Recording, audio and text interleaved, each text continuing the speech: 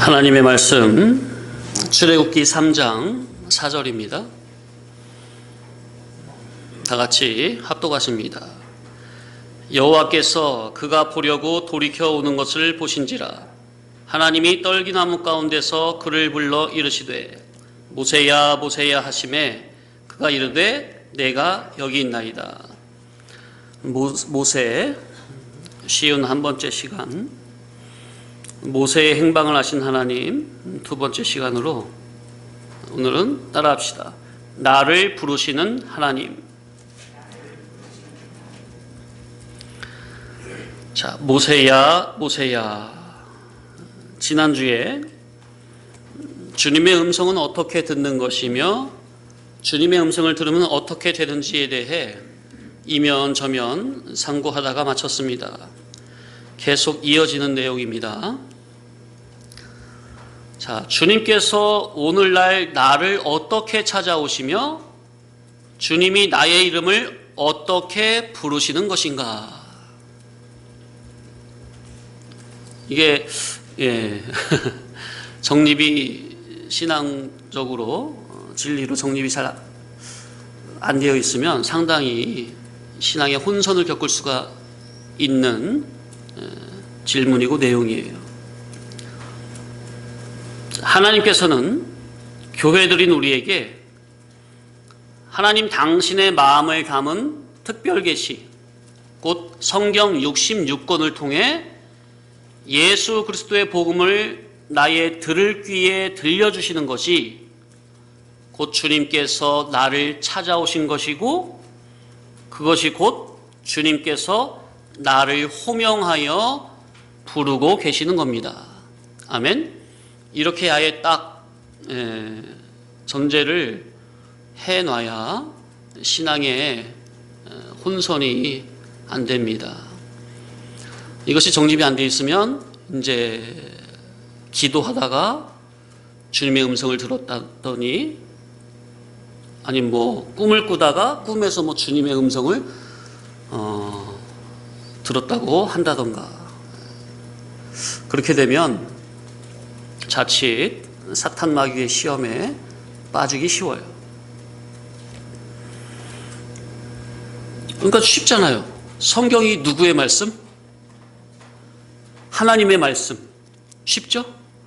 하나님은 당신의 감추어진 성경 66권 안에 감추어진 진리의 복음으로 우리에게 말씀을 하신다니까요. 그런데 그 구약처럼 직접 모세야 직접 하시는 게 아니라 계시 완성 66권으로 계시 완성 이후에는 주의 종을 통해서 진리의 복음으로 진리 교훈으로 깨달음으로 영적 인격적으로 우리에게 당신의 말씀을 하신다는 거죠. 그래서 성도님들이 말씀을 묵상하면서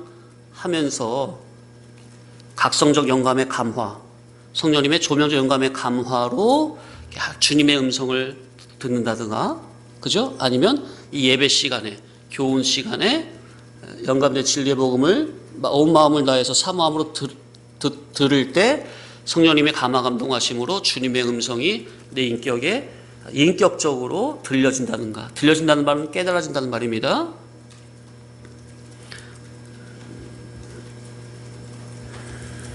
자, 그러니까 우리 주님은 영감된 진리 복음으로 나를 찾아오셔서 복음으로 나를 부르신다는 것. 나를 부르시는 하나님. 그것을 이상하게 생각하면 안 됩니다. 네. 주님은 저와 여러분을 복음으로 부르시는데 그 주님의 음성을 다 알아듣는 게 아닙니다. 나를 향하신 하나님의 뜻에 대해 간절히 사모함이 있는 자라면 진리 복음의 말씀에 귀를 기울이게 될까요? 그죠? 그러면 하나님은 그런 마음을 보시고 성령님이 감화 감동을 주심으로 진리 교훈으로 나에게 말씀하시는 그 주님의 세미한 음성을 들을 귀로 듣게 되는 겁니다. 아멘이죠? 예. 자, 그래서 우리는 성경 하나님의 말씀을 묵상할 때든 집에서 개인적으로 묵상할 때든 아니면 예배 시간에 복음으로 들을 때든 마음에서 하나님께서 나에게 이 시간 하나님께서 성경을 통해서 말씀하시는 궁극적이고 본질적인 뜻을 깨닫게 하옵소서. 아멘. 주의 종을 통해 하나님께서 당신의 거룩하신 뜻을 나에게 말씀하실 때에 그 말씀을 온 마음 다해 그대로 받아들이게 하옵소서. 그래서 나를 거룩한 길로 부르시는 그 주님의 음성에 온전히 순종하게 하옵소서. 아멘. 이러한 거룩한 마음을 가지고 은혜 받기를 간절히 사모하는 마음으로 하나님의 말씀을 대해야 합니다. 구약의 모세의 설교를 들을 때에 모든 백성들이 아침부터 저녁까지 다 서서 하나님의 말씀을 들었습니까? 서서 하나님 말씀을 듣는다는 게 뭐예요? 그만큼 하나님 말씀을 받을 때 두렵고 떨리는 마음 자세, 최고로 경외하는 자세로 하나님의 말씀을 대하는 자세죠. 그게 성도님들이 집에서 하나님 말씀 묵상할 때도 뭐 누워서 뭐 이렇게 그냥 그런 식이 아니라 정말 마음이 딱 그렇게 정성이 모아지면 몸도 그렇게 딱 나타납니까? 자세도 바른 자세로 앉아서 하나님의 말씀을 내가 이 시간 하나님의 뜻을 깨닫기를 원하나이다. 그런 정성된 마음으로 사모하는 마음으로 말씀을 묵상을 하시기 바랍니다. 그러한 마음 자체를 하나님은 귀히 여기세요. 그런 됨됨이 자체를. 그래서 하나님께서는 우리가 얼마나 간절한 마음으로 주님을 사모하여 그분의 말씀을 대하는지 그 속 중심을 너무나 잘 알고 계시기에 그리고 그래서 우리가 복음을 통해 하나님 당신의 뜻을 나에게 알려주실 때 온 마음 다해 받아들이기를 간절히 바라고 계신다는 사실을 믿으시고 이 시간 복음을 통해 주님의 음성을 깨닫기를 간절히 사모하시기 바랍니다. 네. 그러한 예배에 임할 때 기본적으로 그러한 사모성이 있어야 됩니다. 그러한 거룩성이 있어야 돼요. 이러한 간절한 사모성으로 하나님의 말씀을 받을 마음의 준비가 되어 있어야 합니다. 주의 종이 예배의 시간마다 하나님 말씀을 대언하는 이 말씀을 하나님께서 나에게 직접 주시는 말씀으로 나에게 직접 주시는 주님의 음성으로 그렇게 여기지 않는다면 어떤 자세로 말씀을 듣게 될까요? 그러니까 이 시간에 주일날 예배당에 오는 것은 하나님의 말씀을 들으러 온 겁니까? 곧 하나님 만나러 온 겁니까? 그죠. 근데 그런 자세가 아니라면, 그런 마음이 없다면 어떤 자세로 말씀을 듣게 될까요? 그냥 무덤덤하게 앉아있게 되는 거죠. 그죠? 아니면 그냥 인간의 말로 그냥 좋은 말, 착하게 살아, 선하게 살아, 도덕적으로 그렇게 듣는 식이라다거나 아니 뭐 갈 데가 없으니까 그냥 억지로 와서 앉아 듣는 식이라거나 아니면 주일날 교회당 가지 않으면 괜히 마음에서 찔리니까 그 양심의 위안을 얻고자 온 것이라거나 아니면 그 마음에서 팔짱을 끼고 어디 무슨 말 한번 들어보자, 무슨 말 하나 한번 들어보나 보자 식으로 거만한 마음으로 듣는다거나 하나님의 말씀을 받고자 삶과 마음과 생각을 두렵고 떨리는 자세로 하나님을 경외하는 마음으로 말씀을 듣지 아니하고 은혜 받고자 하는 마음의 준비 자세도 없이 말씀을 듣는다면 그런 거만하고 오만 방자한 속 중심을 하나님은 역시 잘 아시니 자기 행한 대로 그대로 갚아주시는 진노하시며 심판하시는 하나님이심을 알아야 할 것입니다. 자, 그래서 우리가 특별계시 성경을 통해 진리와 영감으로 주님을 인격적으로 만난다면 정말 이 말씀을 통해서 성도님들이 주님을 인격적으로 만나게 되면 이 세상과 나는 간 곳이 없어요. 오직 억만죄 가운데서 나를 구속하시고 나를 의롭다 인정해 주신 그 주님을 사랑할 수밖에 없는 겁니다. 그래서 우리는 성경을 통해서 영감된 진리로 말씀하시는 우리 주님을 영적, 인격적, 깨달음적으로 1대1로 만난 바가 되기를 간절히 사모하시기 바랍니다. 네. 그렇게 우리 주님을 진리와 영감을 통해 인격적으로 만나면 정말 자기 삶의 우선순위가 바뀌게 되고요. 목적성이 바뀌게 되고 가치관이 다 바뀌어버리는 거예요. 그러니까 사람이 정말 새 사람이 완전 다른 사람이 되는 거예요. 이전과는 전혀 다른 사람이 되어버려요. 복음을 통해서 우리가 은혜를 주님을 만나면 주님의 음성을 듣게 되면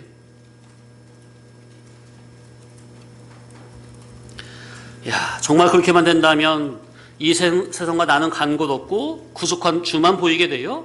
오직 사나 죽으나 주님만을 위해 사는 거룩한 참 진리 진실의 성도가 되는 겁니다.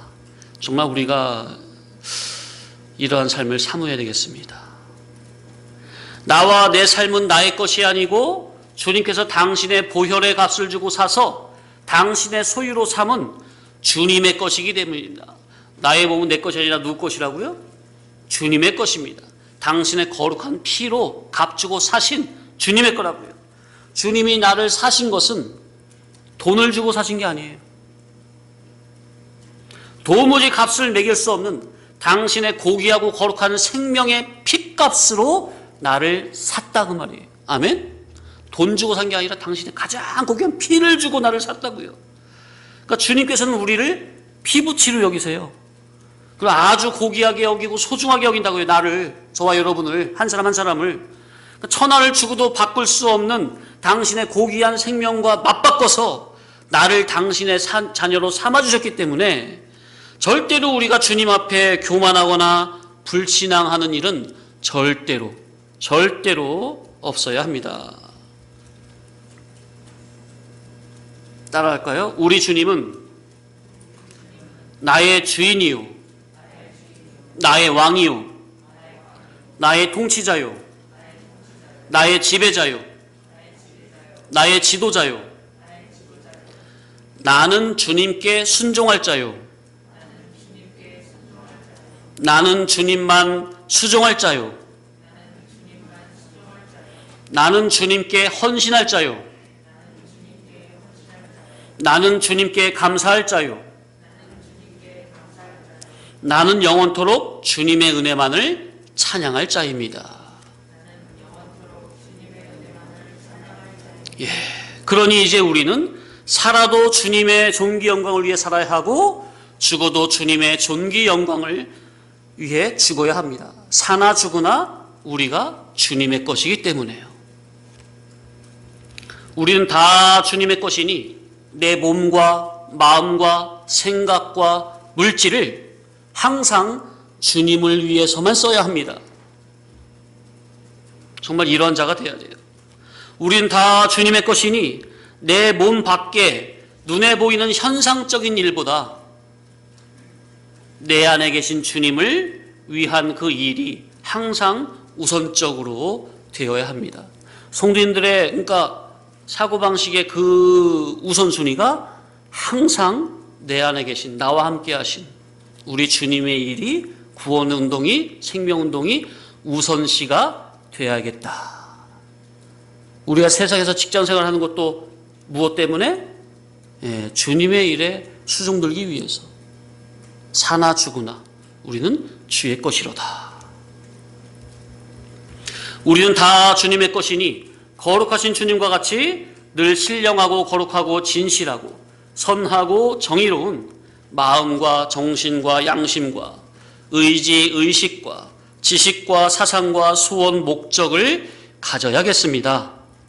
우리는 다 주님의 것이니 늘 주님과 인격적으로 교제, 교통하며 동행, 애정적으로 주님과 교제, 교통하며 동행, 신앙의 정신, 사상적으로 우리 주님과 교제, 교통하며 동행, 마음의 소원, 목적적으로 주님과 동행을 해야 합니다. 이것이 되려면 이렇게 주님과 동행이 되려면 먼저 주님이 나를 진리와 영감으로 붙잡아 주실 때 나 또한 적극적으로 영감된 진리 복음을 붙잡아야 합니다. 이 시간에 주님이, 이 말씀 선포가 곧 뭐예요? 주님이 성도님들을 진리와 영감으로 붙잡아 주시는 겁니까? 그럴 때 적극적으로 마음을 열고 그 영감된 진리 복음을 적극적으로 붙잡으시라고 말이에요. 주님이 붙잡아 주실 때 나도 적극적으로 주님의 손을 붙잡으시라고요. 아멘? 그러면 걱정이 안 돼요. 그러면은 다 내 삶이 다 구원이 될 수밖에 없는 거예요. 정말 우리는 주님을 사랑해야 합니다. 어떻게 해야 주님을 온전히 사랑할 수가 있겠습니까? 어떻게 해야? 주님을 사랑하고 싶은데 그런 마음은 굴뚝 같잖아요. 그죠? 저도 진리 모르고 청년 때 주님을 사랑하고 싶은 마음은 굴뚝 같아. 그런데 어떻게 해야 주님을 온전히 더 사랑할 수가 있을까요? 주님 사랑은 행동, 활동으로 충성, 봉사 이전에 먼저 내 사고의 기준, 지식의 기준부터 진리 말씀 기준으로 바꾸고, 그래서 마음, 정신, 양심, 소원, 목적, 추구성, 전 인격이 오직 진리 주격으로 바뀌어져야 비로소 주님을 진심으로 사랑할 수 있는 자가 되는 겁니다. 참, 이게 어렵지 않은 말인데, 간단한 말인데, 제가 어릴 때는 이런 걸 몰랐어요. 그러니까 주님을 사랑하고 싶은, 너무나 정말 주님 뜻대로 살고 싶은데 잘 모르니까 그나마 할 수 있는 게 뭐예요? 충성봉사. 그거라도 열심히 하는 거예요. 그거라도. 우리가 그렇게 온전히 진리와 영감으로 뒤집어진 속에서 주님을 사랑해야 그분이 우리를 더욱더 사랑해 주시는 겁니다. 그렇게 우리가 주님을 사랑하면 이제는 주님이 나를 사랑해 주신다는 게 이제는 아예 눈에 보여요. 자기가 느껴져요. 그걸 알고 깨닫고 그렇게 사랑하는 것과 모르고 그냥 막무가내로 하는 것과는 다르다고요. 그래서 우리는 하나님을 알되 아는 일에 바로 알기에 힘을 써야 돼요. 아멘? 네, 진리를 바로 깨닫기에 힘을 써야 돼요. 자, 그런데 우리가 그런 주님을 나를 위해서 당신의 가장 귀한 피를 주고 생명을 주고 나를 당신의 자녀로 삼아놨는데 그런 나의 주님을 우리가 무시한다거나 멸시하면 이건 정말 안 되는 거예요. 자기 눈에 피눈물 나게 되어 있어요. 자, 그러면 주님을 무시하거나 멸시하는 게 뭡니까? 이런 걸 구체적으로 알아야 돼요. 아니, 누가 어느 기독자 치고 누가 주님을 멸시한다고 합니까? 누가 주님 무시한다고 합니까? 다 말로야 다 주님 사랑한다고 하죠. 우리 주님을 무시하거나 멸시하는 게 뭐냐? 주님의 말씀을 무시하는 것이 곧 주님을 무시하는 것이요. 주님의 말씀을 대언하는 주의 종을 무시하는 것이 곧 주님을 무시하고 멸시하는 겁니다. 이것이 연결이 되어 있어요. 하나님 무시는 곧 말씀 무시요. 그분의 말씀을 무시하는 것이 하나님 무시요. 이해되시죠? 예. 진리 복음을 듣기 싫어하고 마음에서 거부하여 밀쳐내는 것이 곧 하나님을 거부하고 밀어내는 겁니다.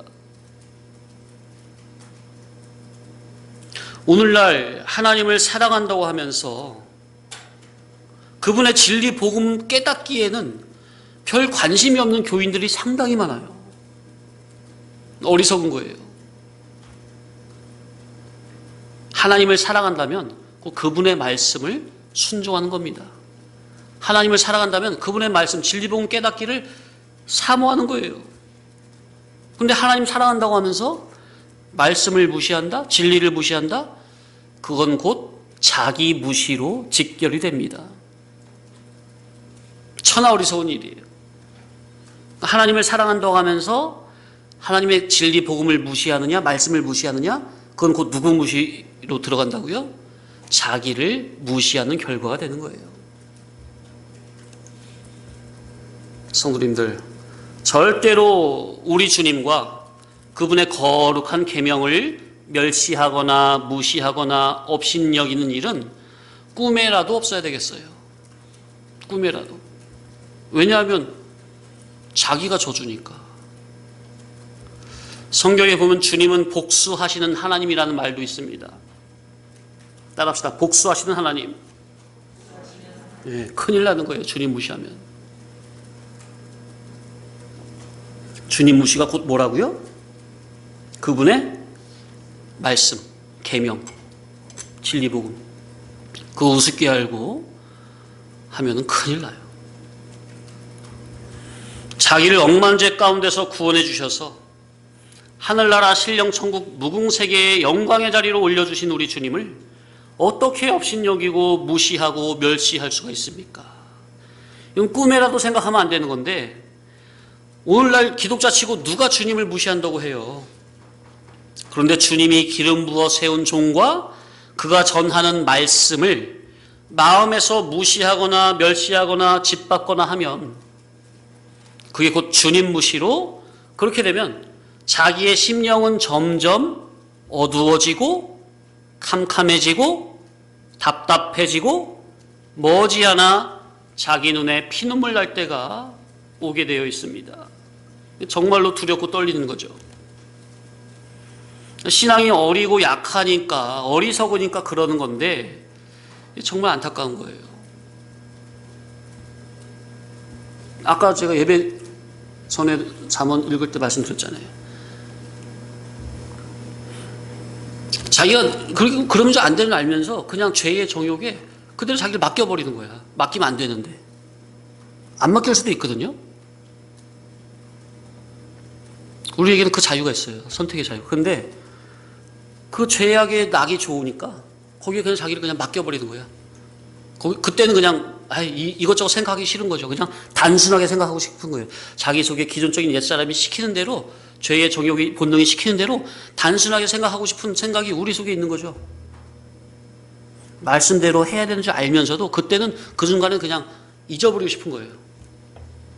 하나님의 계명을, 그분의 말씀을.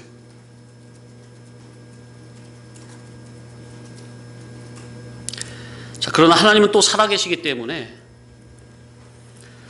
이 세상에서는 내가 행한 그대로 다 갚지 아니하시고 은혜를 베풀어서 살살 때리시면서 끌어올리시는 분이십니다. 제가 아까 좀 전에 내가 행한 그대로 갚지 아니하신다 할 때 그 앞에 제가 뭘 붙였죠? 어디에서는? 이 세상에서는 내가 행한 그대로 다 갚지 않으세요. 왜냐하면 이 세상에서 내가 행한 그대로 하나님이 다 갚아주시면요, 이 세상에 살아있을 사람은 아무도 없어요. 죽음선 넘어 심판대 앞에서는 내가 행한 그대로 갚아주시거든요. 그대로, 애누리 없이 선악간에 행한 그대로 갚아주시는 분인데, 이 세상에서 하나님이 우리를 대하실 때는요, 내가 행한 그대로 다 갚아주지 않으세요. 왜? 그러면 살아있을 사람은 아무도 없기 때문에. 이 하나님의 아가페가 느껴지십니까? 그러니까 때려도 아주 죽도록 때리지는 않으신다는 거. 회개토록 돌이켜 회개하기까지만 회초리를 대시지 아주 죽으라고 그냥 몽둥이를 대시지는 않는다는 거예요. 죽으라고. 그러니 또한 감사한 거죠. 그러니까 우리 인간이 흙으로 빚어졌다는 우리를 잘 아시고, 우리 육신의 성정을 잘 아시고 행한 그대로 보응하시지 않으신다는 거. 보응하시는 분이신데 그대로 갚아주시지 않는다는 거. 많이 그냥 탕감하고 삭감해서 회개할 정도만 손을 대신다는 거. 얼마나 감사한 거예요. 자, 그런데 이런 말을 들으면 또 내 안에서 그 악한 생각은 어떤 생각을 할까요?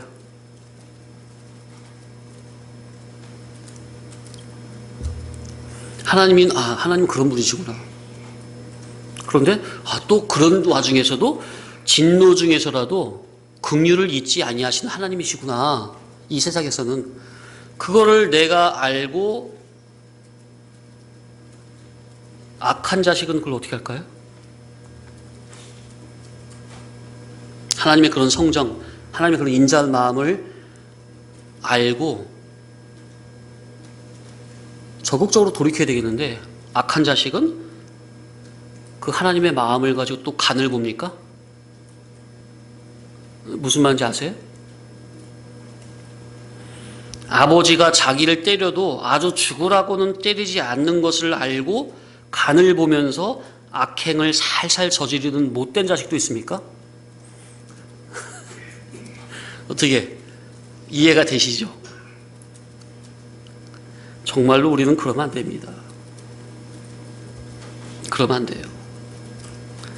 그런 식으로 하나님을 마치 믿었던 사람이 뒤통수 치듯이 하나님을 그런 식으로 믿었다가는, 물론 하나님은 사람이 믿었던 자에게 뒤통수 맞듯 그렇게 뒤통수를 맞으실 분은 아니시지만, 그런데 그런 식으로 하나님의 은혜에 감사할 줄 모르고 말씀의 규례와 법도를 벗어나 제멋대로 육신의 정욕, 안목의 정욕, 이생의 자랑대로 나가다가는 정말로 두 눈에서 피눈물 나게 되어 있고 입에서 곡소리 나게 되어 있고 마른 하늘에 날벼락이라도 떨어지는 그런 일이 될 수도 있다는 사실을 알아야 할 것입니다. 그래서 우리는 절대로 하나님 앞에서 죄지면 안 돼요. 말씀의 법도, 규례, 율례, 계명, 진리, 복음, 그 틀을 벗어나면 안 돼요.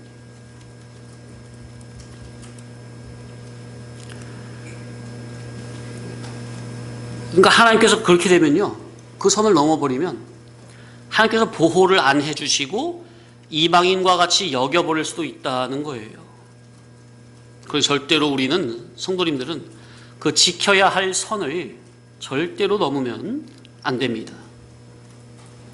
이 귀한 말씀을 들으면서 귀한 복음대로 거룩한 자녀로 만들어지기를 힘써야 할지언정, 진리의 복음을 듣는 거룩한 성도로서 지켜야 할 그 선과 본분을 절대로 넘지 마시라. 자, 우리가 다 죄인이기 때문에 죄 앞에 무너질 때가 있을 수 있어요. 그죠? 그래서 복음서에도 보면은 현장에서 간음하다가 발각된 여자가 있었죠. 그죠? 다 끌고 와가지고 마당에 놓고 다 돌 하나씩 들고 당장 때려 죽이려고 하는 거예요. 왜? 계명을 어겼으니까. 예수님이 뭐라고 하시죠?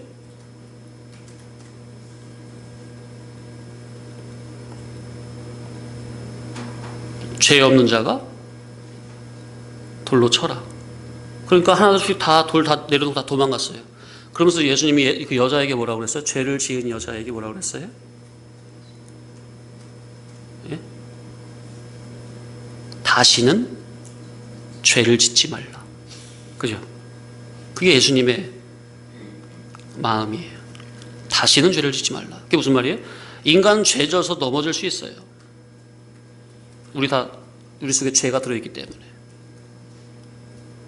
그 예수님이 용서해 주시는 조건이 뭐라고요? 그 여자를 자유롭게 다시 놔주는 그 전제가 뭐라고요? 다시는 죄를 짓지 말라. 그래서 우리는 하나님의 율법과 계명, 진리복, 하나님의 그 뜻을 정말로 마음을 다해서 지키도록 해야 돼요.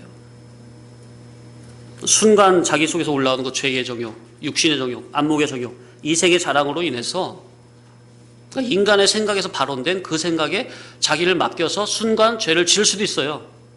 우리가 어리석기 때문에, 믿음이 연약하기 때문에. 그러나 그것은 한 번으로 족하다. 한 번으로 족하다. 주님의 말씀과 같이 다시는 죄를 짓지 말라. 자, 그런데 사탄의 그 마음이 그 사람 마음에 들어가면 그 멀고도 험한 길을 굳이 다 겪어야 할 수도 있는 거죠. 마치 이스라엘 백성이 출애굽해서 한 달이면, 길어야 한 달이면은 들어갈 수 있는 가나안을 하나님의 말씀에 불순종하여 40년 동안 광야에서 뺑뺑이를 돌다가 1세대들은 다 광야에서 죽어나가고 2세대들만 들어간 것과 같이요. 자, 그런데 그러니까 자꾸 또 핑계를 댈 수 있어요. 저는 바르게 하려고 그랬는데요, 사탄이 제 마음에 들어와서 사탄이 시키기 때문에 저는 어쩔 수 없었어요.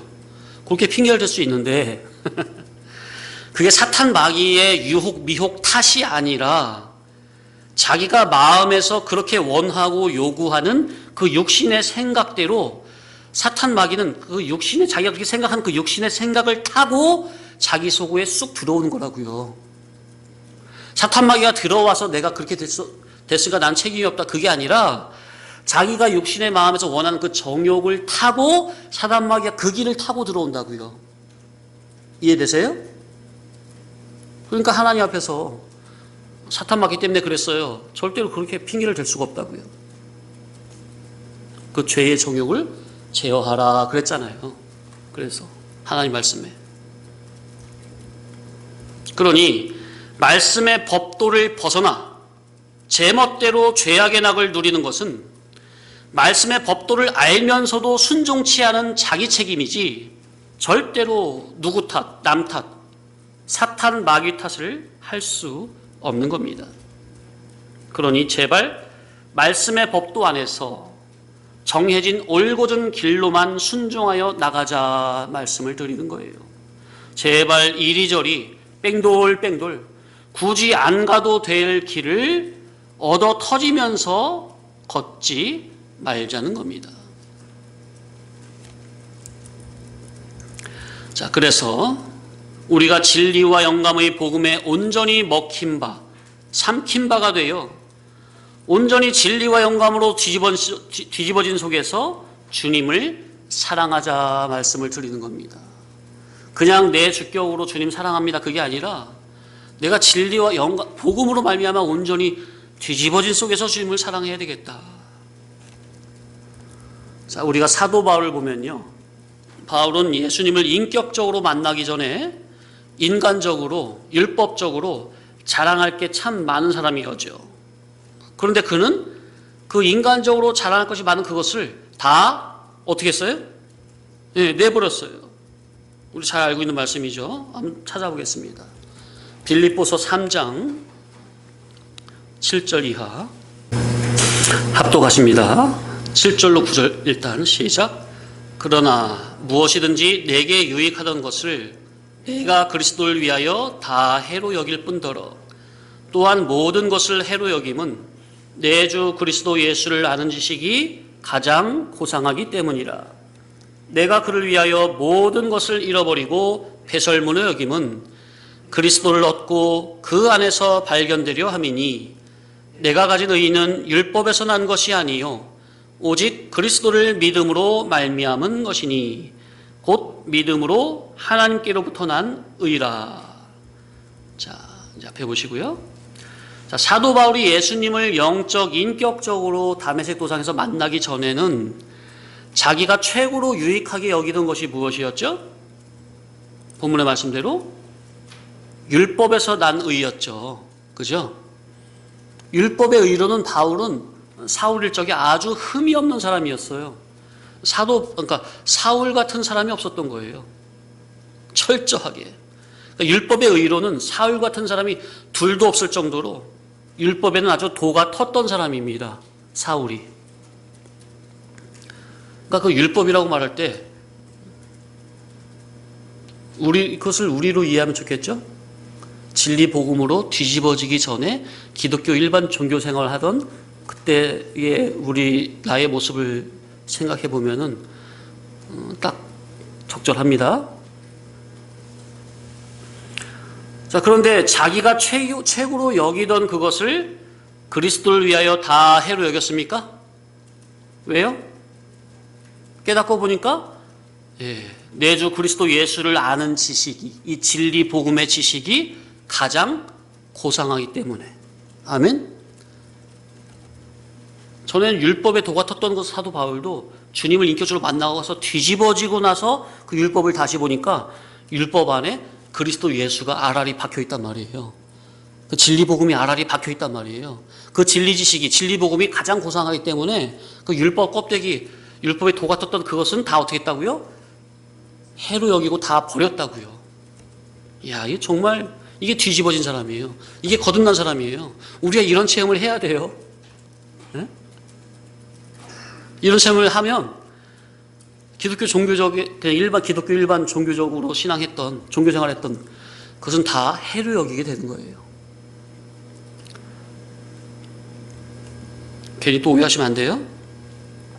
해로 여긴다고 또, 뭐, 기독교 종교생활 그 자체를 안 해도 된다 그런 소리가 아니라. 그러니까 그 사도 바울이 그 전에는 율법의 의의가 최고인 줄 알았었는데 예수님을 인격적으로 만나고 난 후에 어디로 갔죠? 먼저 된 사도들을 만나러 가지 아니하고 어디로 갔죠, 사도 바울이? 예? 갈라디아서에 나오죠? 따라합시다. 아라비아 사막. 예, 아라비아 사막으로 갔어요. 먼저 된 사도를 만나보려고 않고 아라비아 사막으로 갔어요. 가서 그럼 아라비아 사막으로 간 이유는 뭡니까? 아라비아 사막이 어떤 곳이죠? 과거 모세와 함께 이스라엘 백성이 출애굽한 후에 시내산이 있던 곳이고 거기서 하나님의 말씀을 받은 곳이고 광야 40년 동안 광야교회 생활을 했던 곳이거든요. 그 아라비아 사막이. 미디안 광야가 바로 아라비아 사막이라고요. 지금으로 말하면 사우디아라비아. 예? 거기가 미디안 광야고 거기서 40년 광야 생활을 한 거예요. 모세가 거기서 40년 또 40에서 80세까지 훈련받았고 먼저 훈련받았고 모세가 먼저 훈련받은 그 미디안 광야 아라비아 사막 오늘날 말하는 사우디아라비아 거기에서 이스라엘 백성들이 40년 동안 훈련 연단을 받은 것입니다. 그래서 밝혀진 거죠, 그것이. 그래서 주님 만난 후로 먼저 된 사도들을 만나러 가지 않고 곧장 아라비아 사마로 가서 3년 동안 뭐에 대해서? 자기가 그렇게 최고로 여기던 뭐에 대해서? 율법에 대해서 3년 동안 자세히 연구를 한 거예요. 자, 그러니 그 아라비아 사막으로 가서 주님 만난 후로 아라비아 사막으로 가서 3년 동안 율법을 연구한 그 연구성은 바울이 사울 일적에 율법을 연구하던 그때와는 질적으로 다른 거죠. 주님을 만나서 영의 눈이 열린 것과 열리지 않은 속에서 연구성은 완전 다른 거예요. 이것이 잘 실감적으로 인격적으로 와닿아야 될 텐데. 물과 성령으로 위로부터 정말 성령의 감화 감동하심으로 뒤집어진 속에서 거듭난 속에서 성경을 보는 것과 그러지 아니하고 땅에 속한 물질의 개념, 육신의 생각으로 정말 일반 기독교 종교성적인 개념으로 성경을 보는 것과는요 완전 다른 겁니다. 완전 다른 거예요. 성령님의 감화 감동하심으로 사도 바울이 영의 눈이 열려서 율법을 연구해 보니 그 전에는 전혀 보이지 않던 율법 안에 감추인 은밀계시요 하늘에 만나요 신령한 반석 되신 그리스도가 여기저기서 막 발견이 되는 거예요. 와, 얼마나 기뻤을까요? 예? 주님이 여기 성경 율법에서 막 발견이 되니까 얼마나 기뻤을까? 얼마나 기뻤을까? 그전에는 율법을 아마 사도 바울은 아마 모세오경을 다 외웠을 거예요. 그죠? 사도 바울에게는 그 정도는 기본이에요. 사도 바울은 율법 모세오경 다 외웠다고요. 창세기부터 신명기인가요? 예. 다 외워. 그게 왜 그러냐면 오늘날 유대인들도 그거 다 외우거든요. 사도 바울이야 뭐. 두말하면 잔소리죠. 엄청난 거죠. 그 머리와 열성이. 그런데 그때도 전혀 뜻도 모르고 그냥 껍데기만 잘잘 외웠는데 그 껍데기 안에서도 얼마든지 조직적이고 체계적이고 얼마든지 자기들이 그 어떤 종교적인 그런 것을 유대교회 그 종교적인 그런 것을 세울 수가 있는 거죠. 인간의 철학으로. 얼마든지 할 수 있는 거예요. 그런데 그것을 다 버려버린 거예요. 그러니까 그때는 전혀 보이지 않던 율법 안에 그 감추인 보화가 그리스도 복음이, 진리 복음이 막 발견이 되니 정말 얼마나 기뻤을까요, 사도 바울이. 막 입에서 막 꿀소리가 떨어졌을 거예요. 그래서 제가 계속 강조하는 게, 요한복음 때부터 계속 강조하는 게, 위로부터 다시 물과 성령으로 우리의 인격이, 지식에서부터 마음, 자손, 양심이 물과 성령으로 다시금 거듭나야 한다고 거듭 말씀을 강조하여 드리는 겁니다.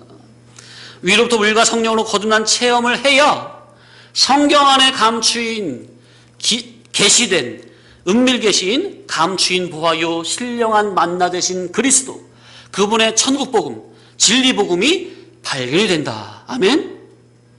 우리 성도님들은, 특히나 목회자라면 반드시 이러한 영적, 인격적인 체험을 맛봐야 합니다. 그래야만 주님의 양들을 칠 수가 있어요.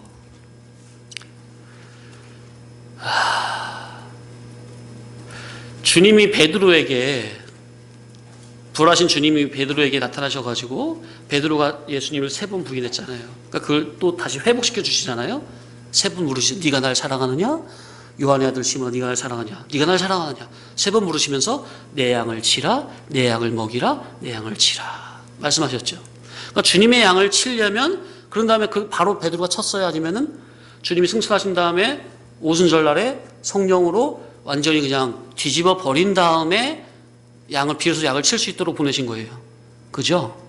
그러니까 주님의 양을 치려면 먼저 진리의 복음으로 잘 깨달음이 돼야 되고, 지식이 전환이 돼야 되고, 그것만이 아닌 위로부터 물과 성령으로 말미암아 온전히 사람의 인격이 완전히 거듭나져야 돼요. 뒤집어져야 돼요.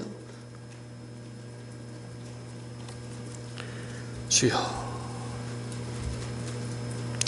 그런 식으로 바울이 아라비아 사막에서 3년 동안 율법을 연구해 보니까, 야, 이건 뭐 그동안 자기가 최고로 여겼던 그 율법, 자기가 알던 그 율법과는 이거 비교가 안 되는 거예요. 정말 꿈에라도 생각지 못한 자기가 내내 보던, 달달 외워도 그 율법 안에 영의 눈으로 보니까 하늘의 신령한 법이, 신령한 이치가 그 율법 안에 감춰져 있다는 것이, 그게 그 참된 가치를 발견하고 나니, 와, 이게 감당이 되겠습니까, 사도 바울이? 근데 이제는 더 이상 기존적인 율법의 의, 자기가 최고로 여겼던 그 율법의 의는 더 이상 이제 아무런 가치도 없고 소용도 없다는 것을 바울이 더욱더 깊이 깨닫게 된 거죠. 이야. 그래서 이제는 주님을 위하여, 율법 아래에 속한 신앙으로 주님을 위하겠다고 하는 그 모든 종교적인 의는 더 이상 가치가 없다는 것이 바울의 전 인격에서 그냥 실감을 하고 있으니까, 이제 과거 율법 아래에 속한 율법의 의, 종교적인 의는 다 잃어버리고 배설물로 여길 수밖에 없는 겁니다. 아멘? 이런 경험이 정말 우리 성도님들에게도 필요합니다. 정말로. 자, 그리고 율법의 의를 배설물로 여기고 버려버리면, 왜 과감하게 버려버린 거예요? 8절 후반절, 9절 초반절에 나와 있죠. 읽어보세요. 시작. 그리스도를 얻고 그 안에서 발견되려 함이니, 그랬죠. 내가 가진 의의는 율법에서 말미암은 게 아니요 오직 그리스도를 믿음으로 말미암는 것이라는 것을 깨달은 겁니다. 아멘? 야, 참. 자, 그러니까 바울이, 인간이 의로워지는 것은, 바울이 사울 일적에는 율법 아래에 속한 신앙이었을 때는 율법을 인간 나의 의지로 이렇게 이루어야 하나님이 원하시는 의에 도달이 되는 줄로 알았어요. 사울 일적에는. 그러니까 자기 의지로 율법이 얼마나 많아요? 613가지나 돼요. 그래서 인간의 의지로 이루어야, 철저하게 이루어야 하나님의 의에 합격, 도달, 이게 되는 줄 알았는데, 이제 사울이 그리스도를 인격적으로 만남으로 바울이 되어서 믿음으로 성경을 깨닫고 다시 보니까, 아하, 사람이 의로워지는 것은 율법의 행위로 말미암는 것이 아니라 그리스도의 복음을 믿는 믿음으로 의로워지는 것이로구나. 그리스도를 믿는 믿음으로 의로워지는 것이구나.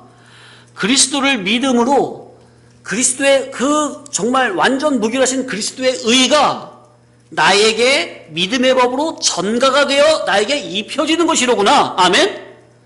그래서 죄인된 내가 그리스도의 의를 덧입음으로 말미암아 하나님이 인정하시는 그 의인의 반열에 내가 올라서게 되는 것이로구나. 아멘.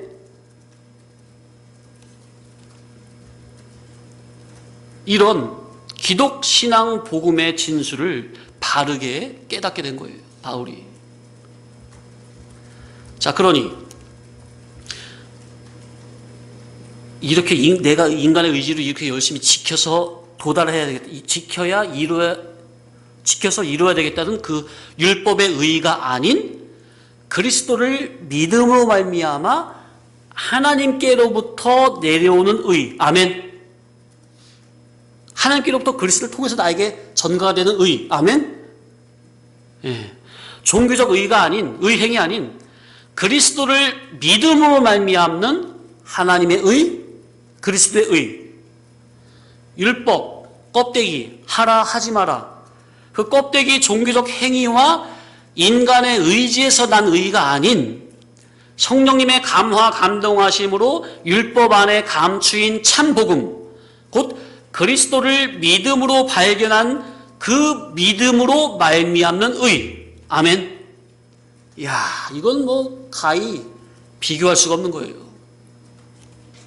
하늘에 속한 복음, 하늘에 속한 천국 복음은요, 땅에 속한 복음과는 이건 질적 차원적으로 전혀 비교가 안 되는 거예요. 비교 불가해요. 이런 영적인 체험을 우리 성도님들도 하시기를 사모하시기 바랍니다. 하셔야만 해요. 잠시 제 얘기를 말씀드리면 저도 마찬가지였어요. 저도 진리 복음을 깨닫기 전에는 얼마나 하나님의 뜻에 대해 갈급했는지 몰라요. 근데 하나님의 뜻대로 살고팠지만 정작 어떻게 살아야, 어떻게 사는 게 하나님의 뜻대로 사는 건지 그걸 알아야죠. 그게 얼마나 답답한지. 그냥 가만히 있어도 답답해 죽겠어요. 가만히 있어도 답답해요. 그러니까 그게 이제 주님이 주시는 영적인 고민이죠. 그러니까 웃고 있어도 웃는 게 아니에요. 그러니까 오히려 제가 그냥 더 그때 운동에, 그때 농구를 좋아했었는데 거기에 더 매진했던 것 같아요. 왜 그 순간에는 뭐 어떤 생각이 안 나니까, 거기에 그냥 열심히 할 때는 다른 생각이 안 나니까 뭘 해도 만족이 없어요. 공부를 왜 해야 돼? 왜 살아야 돼? 무슨 목적으로 살아야 돼? 대학은 왜 가야 되지? 직장 생활은 왜 해야 돼? 그 결국이 뭐냐 그 말이죠. 공부 열심히 해라. 왜? 그래야 좋은 대학 들어가지. 좋은 대학은 왜 가요? 그래야 좋은 직장에 들어가고 돈 많이 벌고 대우받으면서 잘 먹고 잘 살지? 그럼 뭐 해요? 거기에 참 만족과 평안이 있는 겁니까? 좋은 대학, 좋은 직장, 잘 먹고 잘 사는 거. 거기에 참된, 제가 그때 학생 때 생각해도 그래도 참된 만족은 아예 없다고 그냥 확신이 돼요. 왜? 지금 뭐 제가 뭐 그때 뭐 불우한 환경도 아니었고 그냥 건전한 가정에서 잘 살고 있어도 뭐 그래도 만족이 없는데? 참 평안이 없는데? 기쁨이 없는데? 영적인 걸 말하는 거죠. 이 세상에서 열심히 공부하고 일하고 잘 먹고 잘 사는 그 결국이 뭐냐 말이에요. 결국엔 죽음 아니에요. 죽음. 다 죽잖아요. 이렇게 사나 저렇게 사나 다 죽는 거 아닙니까? 그럼 죽음은 끝입니까? 사람은 신불신을 막론하고 한 번 인간으로 태어나면 잠시 육신의 몸을 입고 살다가 죽음은 끝이 아니라 내세에서 영존할 자죠? 그러니까 인간은 한 번 인간으로 태어났느냐? 그 사람은 영존할 자예요. 임시적인 존재가 아니에요. 그러면 결국은 내세죠. 중요한 건. 그럼 내세를 어떻게 준비해야 하고 영원한 내세에서 영원토록 살려면, 잘 살려면 이 세상에서 어떻게 살아야 하는지 구체적으로 뭐가 답이 나와야 될 거 아니에요. 그럼 교회에서는 뭐라고 말하죠? 큰 덩어리는 다 말하죠. 총론적으로는. 사람의 제일 되는 목적은 하나님의 영광을 위해 사는 것이다.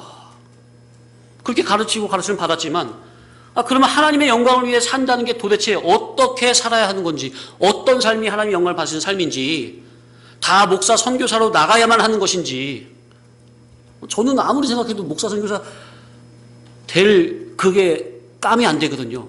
그때 저 자신을 아무리 봐도. 그러면 나 같은 놈은 하나님의 영광을 돌려줄 수도 없는 거네. 그러면 내가 할 수 있는 거, 그나마 내가 할 수 있는 거, 종교적, 율법적 행위라도 열심히 지켜야 되겠다. 왜? 그거밖에 할 수 있는 게 없잖아요. 제가 할 수 있는 건. 그렇게 지켜 행하면 뭐가 어떻게 좋아지는 거예요? 그렇게 해야 하나님이 또 기뻐하시는 겁니까? 예?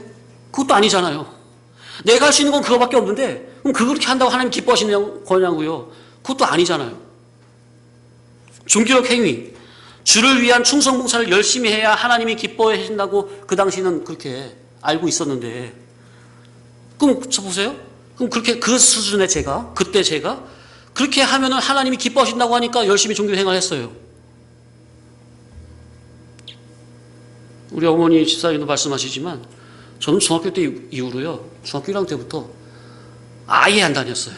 어디 가족 모임, 친척 모임. 왜요? 그 당시에는 그게 다 주말에 있었잖아요. 저는 중학교 1학년 때부터 그냥 그 믿음보다도 책임감. 그때 어려가지고 믿음 때문에 한 거라기보다도 책임감 때문에. 왜? 토요 예배가 있잖아요, 항상. 3시에 있었나요? 4시에 있었나? 다시 잘 기억은 안 나는데. 토요 예배 딱 있으니까 저는 일체 안 다녔어요. 그게 아이고 거기에 목숨 걸었어요. 그게 어렸을 때 책임감이었는데 그래도 그게 하나님이 어린 믿음 같아요. 믿음을 주신 것 같아요. 단 한 번도. 토요일. 그러니까 그러니까 종교적 행위, 주를 위한 충성 봉사를 열심히 해야 하나님이 기뻐하신다고 하는데 그 당시에 제가 알기로. 그런데 지나고 보니까 하나님은 그렇게 내가 하는 그거를 기뻐하실지 모르겠지만 정작 종교 행위를 열심히 지켜 행하는 나에게는 참된 만족과 행복은 없는데요.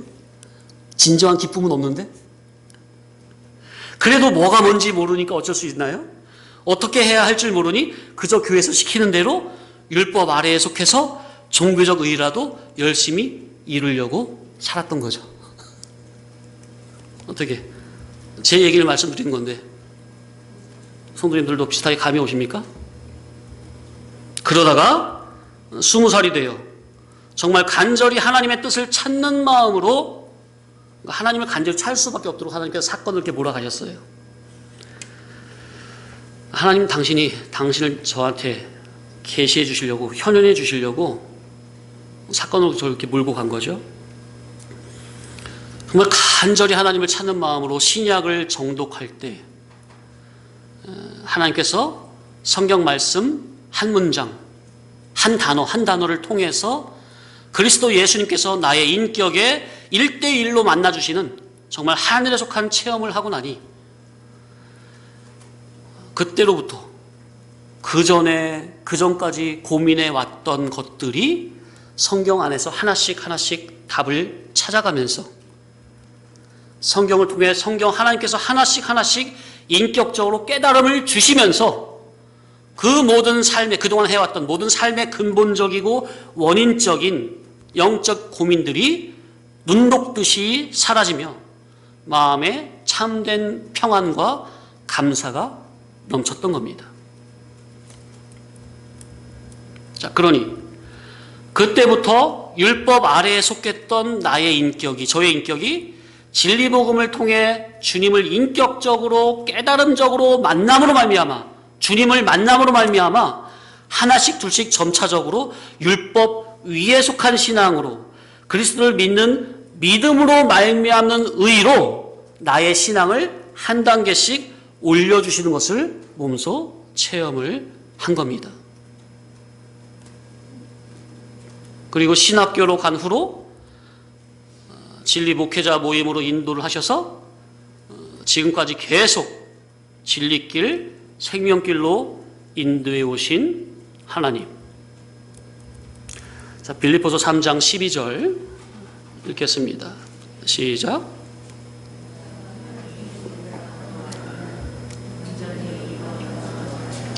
오직 내가 그리스도 예수께 잡힌 바 된 그것을 잡으려고 달려가노라. 아멘.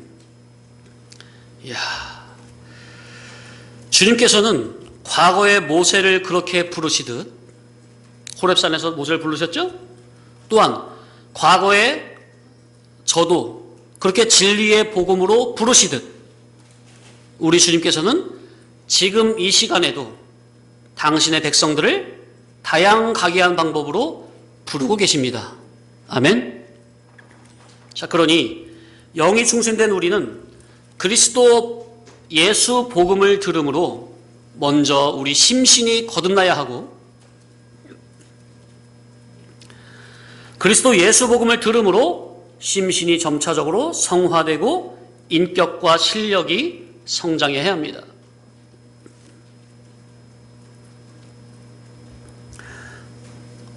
예배 전에도 말씀드렸지만 내 옛사람을 성화시키는 게 아닙니다. 타락성, 죄성, 죄악성, 부패성을 변화시켜서 어떻게 거룩하게 만들어가는 게 성화곤 이룰곤이 아니에요. 내 속에 기존인 옛사람, 죄성, 부패성은 절대로 회개가 안 되는 일이고, 그건 내 육신이 끝날 때까지 내 속에 그대로 들어있어요. 그러면 성화, 성장은 어디에 이루는 거예요? 따라합시다. 이성과 몸. 그래서 그것을 로마서 8장 23절에는 따라합시다. 몸의 구속, 몸의 속량, 이렇게 표현을 한 거예요. 영의 속량을 받은 우리가, 성령의 처음 익은 열매를 받은 우리가, 곧 영의 구속, 영수생활을 받은 우리가 이제는 서로 탄식하며 양자 될 것, 곧 우리 몸의 속량을 기다리느니라 그랬죠. 몸의 속량, 그것이 곧 우리 이성과 몸의 성화, 성장을 말하는 거예요. 내 속에 기존적인 옛사람, 그 부패성, 죄악성은요, 절대로 그 성화되는 질이 아닙니다. 그러니까 진리 복음으로 은혜를 받으면, 덧입으면 그 옛사람은 죽은 듯이 가만히 있는 거죠. 힘을 못 쓰는 거죠. 그래서 우리 신앙은 벗고자 함이 아니라 덧입고자 함이라, 그렇게 되는 거예요. 그래야 이룰 꾼이 이루어지는 거예요. 옛사람이 제어가 되고 진리 복음으로 말미암아, 은혜로 말미암아. 그래서 우리는 다만 그리스도 예수께서 나를 붙잡아 이루려고 하신 그것을 붙잡으려고 뒤따라가야 합니다. 주님께서 나를 진리와 영감으로 나를 붙잡아 주셨죠? 이 시간도 예배 시간을 통해서 진리와 영감으로 나를 붙잡고 계시죠? 그럼 나 또한 어떻게 된다고요? 영감된 진리 복음을 적극적으로 그 주님의 손을 붙잡아야 한다고요. 이것이 바로 이룰 구원이요, 성화구원이요, 성장구원의 원리요. 그래서 이룰 구원, 성화구원은 바로 신인, 상호, 유기적으로 이루어지는 겁니다. 따라서 신인, 상호, 유기적. 그러니까 주님이 나를 진리와 영감으로 붙잡아 주시죠? 그러면 나는 가만히 있는 게 아니라 나도 주님의 그 영감된 진리 복음을 나도 붙잡죠? 그러니까 신인, 상호, 유기적. 유기적이라는 말이 뭐라고? 여기서 유기적이라는 말은 주님이 진리로 은혜 베푸시고 나는 그것을 적극적으로 받아들이는 거. 그게 유기적인 겁니다. 그럴 때 우리 이룰 구원이 이루어지는 겁니다. 주님께서는 영원 궁극적 구원을 저와 여러분에게 이루어 주시려고, 어떤 구원? 따라합시다. 영원 궁극적 구원. 한마디로 천국을 하나님과 같은 차원으로 온전해져서 누리는 구원을 말함이죠. 그 천국 누림을 우리에게 이루어 주시려고 날마다, 사건마다, 순간마다, 때마다 진리와 영감으로 나를 붙잡아 주시니, 나 또한 주께서 나를 통해 이루고자 하신 그것을 내가 적극적으로 붙잡고 쫓아가는 신인, 상호, 유기적으로 이루어지는 구원. 이게 바로 주님과 인격적 결합입니다. 그러니까 그걸 주님이 이루어 주시려고 나를 잡았단 말이에요. 사도 바울이 뭐라고 했어요? 오직 내가 그리스도 예수께 잡힌 바 된, 예수께 사도 바울이 잡혔죠? 잡힌 바 된 그것을 나도 잡으려고 달려가노라. 예? 주님과 인격적 결합으로 돼서 천국 누림, 그 구원, 영원 궁적 구원 목적. 그것을 이루어 주시려고 주님이 사도 바울을 잡았고 사도 바울도 그거를 이루려고 잡았다 그 말이에요. 그게 바로 신인상호 유기적 구원. 아멘. 자, 그래서 그런 자가 되려면 이 세상에서 실제적으로 내가 날마다 어떻게 해야 되는 거예요? 실제적으로 어떻게 해야 되는 거예요? 8절 후반절 9절 아까 읽은 거 그게 나오는 거예요. 그리스도를 얻고 그 안에서 발견되려 함이니. 그러니까 그리스도를 얻으려니까 성경 안에서 그리스도를 만나고 그리스도 안에서 참 내가 발견이 돼야 하는 겁니까? 예? 이해되세요? 무슨 말인지? 그리스도를 얻고 그 안에서 그리스도 안에서 내가 발견이 돼야 되잖아요. 그러니까 그리스도를 얻으려면 성경 안에서 진리 복음을 통해서 여기는 주님의 감추인 복음을 주님을 그리스도를 인격적으로 만나야 되고 또 그렇게 됐을 때 그 복음 안에서 그리스도 안에서 참 자아가 발견이 되는 겁니까? 그런 경건의 훈련, 그러니까 복음 안에서 주님을 발견하고 주님 안에서 내가 발견이 되는 이러한 복음으로 말미암은 경건의 훈련을 통해 성경 안에서 우리 주님이 많이 발견이 되어야 합니다. 우리 주님을 성경 안에서 복음 안에서 주님을 많이 발견한 만큼 자기의 죄인됨이 많이 발견이 되는 것이요. 자기의 죄인됨을 많이 발견한 만큼 온전한 회개를 통해 하나님의 온전하심과 같이 더욱더 온전하게 성장이 되는 겁니다. 아멘? 예. 하나님과 같이 온전해진 딱 그만큼. 그러니까 여기에는 격차와 차등이 있는 거죠. 자기의 힘쓴과 애쓴 대로 네가 행한 대로 갚아주리라. 네가 선악간에 행한 대로 갚아주리라. 그죠? 네가 하나님의 선을 얼마나 덧입기를 사모하고 소원하고 열심을 냈느냐. 그래서 얼마나 하나님의 선과 같이 온전하게 거듭나졌느냐. 그 딱 그만큼 신령 천국의 영광의 자리를 그만큼 차지하는 겁니다.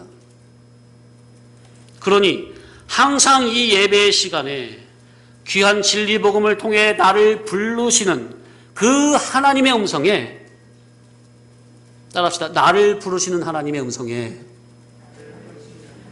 마음과 귀를 활짝 열어 진리 복음으로 말미암아 복음 가운데 숨어 계신 그리스도를 만남으로 얻고 복음 안에서 그리스도 안에서 참 자기를 발견하여 그리스도와 같이 온전하고 거룩한 자로 그리스도의 장성한 분량에 이르기까지 자라가는 우리가 되기를 간절히 축원합니다. 아멘.